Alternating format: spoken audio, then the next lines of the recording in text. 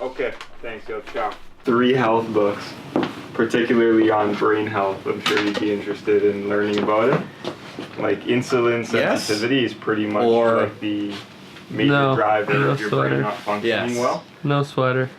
Like people think you look like a fucking professor. Like, that's what I like. Well, real estate property is an asset and a liability, and that wasn't the first time that I heard it. Real estate is a liability. The debt on the real estate property is a liability. Right. But like everything's liability. Like a corporation has debt. Is it a liability?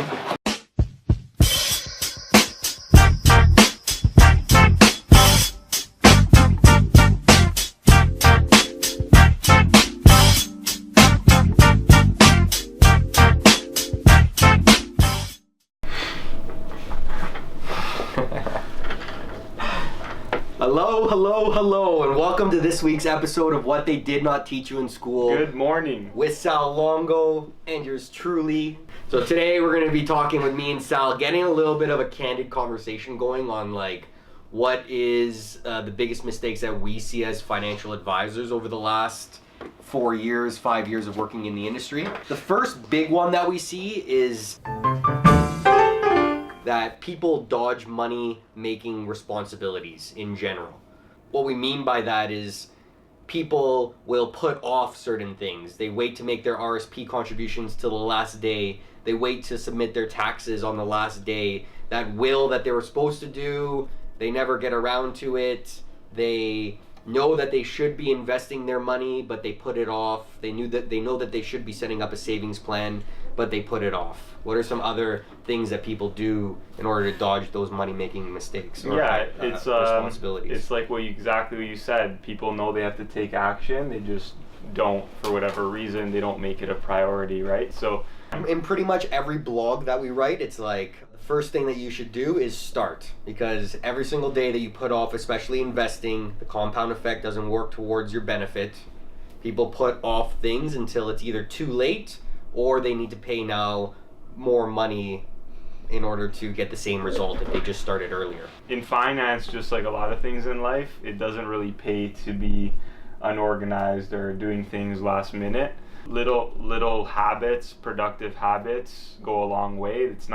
We know it's not complicated to have your finances in order. It really isn't. It's very simple. There's only a few things you have to do on a quarterly or monthly basis, but it's the fact that people don't make it a priority. That's the problem. So another thing that people don't take as a priority either is just simply learning a little bit about their finances. So a part of knowing what's going on in your financial situation is learning the things that go into that.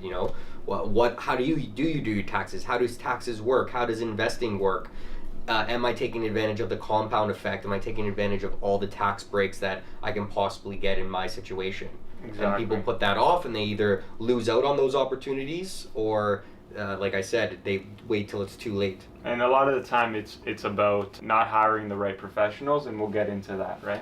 Second big mistake that we've been talking about is people are too frivolous with their money or too cheap with their money.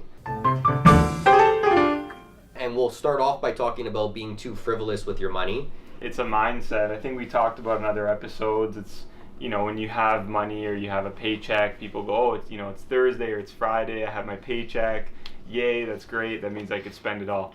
And, you have to enjoy, and we're all about enjoying life here, but it's about, are you putting away some of your money, 20-30% away now that you're living at home? Or are you just spending it on frivolous things that you don't need? And that is what causes problems. Yeah, especially when people get their money within the first couple days that they get their paycheck, they spend it all on consumer goods that don't add any kind of value to your net worth. And then they have to rely on credit card or debt over the next week or two until their next paycheck. And they get into that cycle of living paycheck to paycheck, and they never pay themselves first or spend money on what matters. That's right. We see two types of people in our business, and one is the person that has a stable job. They get paid every week or every 2 weeks, the classic teacher. Because their job is so secure, you would think, are they saving, right? But because their job is so secure, they almost feel like they could spend their whole paycheck, because they'll know in 2 weeks they'll have, it'll be like, in 2 weeks I'll start saving the next check. And then you don't build that habit overnight, right? So what we recommend is start with $100 or $200 a month, or 5% of your income, And putting it away. Or you have the other hand, the realtor. The people that rely on the next big paycheck, and they go paycheck to paycheck. Those commission workers that just think that they're going to make more money to be able to supply their lifestyle. Because with realtors or anyone in commission based, you have a nice big paycheck, and you think because you had a good month or whatever that it's going to continue to last. And typically when you have all that money in your bank, you're like, oh, I'm doing really well, I'm going to just spend it all and have fun, enjoy my life. Well, there's also, in any sales or commission-based businesses, there's high times and there's low times, right? So you want to be able to, even more so in commission, save more, but we don't always see that. And on the flip end, it's not like we're saying, oh, you can't spend any money on yourself and stuff like that. On the flip end, there's people that are too cheap. They go and they're penny wise, dollar foolish. They'll cheap out on things, cut around corners in order to save money, when in the long term that's really just hurting them. Also is being too cheap in the sense that you're not deploying your money. You're hoarding all your cash and you're not spending it on important things like investing your money or purchasing a property or buying things that will benefit you in 30 years, such as insurance or buying a will and stuff like that. Very true. Third thing that people make mistakes on all the time is that they buy liabilities. So the traditional definition of a liability is having a liability is an obligation to pay at some future date, right? So some example of popular liabilities that people get stuck in is one, obviously. Mortgage. Sure, I was going to start with like credit cards and like student loans and that kind of stuff. A lease on a car is a liability because now you're locked in for 3-5 years and you have to pay that monthly lease. Although there are pros and cons to leasing versus buying a car, and we'll talk about that maybe another time. But also purchasing a real estate property. Now I want to premise with the fact that a real estate property is actually an asset, but the mortgage on that is a liability. And if you put all of your money into a real estate property and now you're what we call house rich, broke. Yeah. You're locked into that monthly mortgage that you now need to pay over and over again. And if you put all of your money into it, it's an illiquid asset that you're buying that if you ever need that money would be hard to get. Does that make sense? It makes sense, but there's different types of liabilities, and we always talk about different types of debt. We're not going to get into it today, but if you're using the proper debt and buying assets that, in theory are going up in value and you're working with the right professional, you should be okay. But things like, crazy car leases just because you could afford the payment, or, all this, lines of credit on things you don't need, those are things that you will not find the wealthy ones among you getting stuck into debt from personal consumption, meaning they're buying excess shoes, excess clothes, excess cars that they don't need.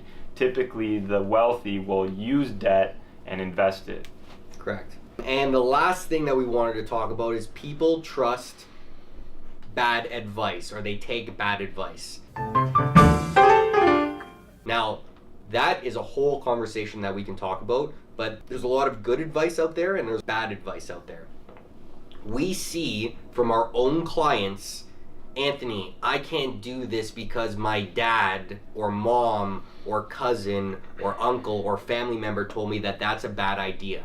And when we ask, is that person a financial professional or something like that? No, but they said from their experience, no. So on the other end too, there's a lot of professionals that give bad advice out there. True. Can we stick with number one first? Yeah, please. So we see from a lot of people, especially among millennials, they take advice from their parents or grandparents, and a lot of the time it's very cultural. And now I'm not saying be disobedient to your parents. It's just saying that listen to where the advice is coming from.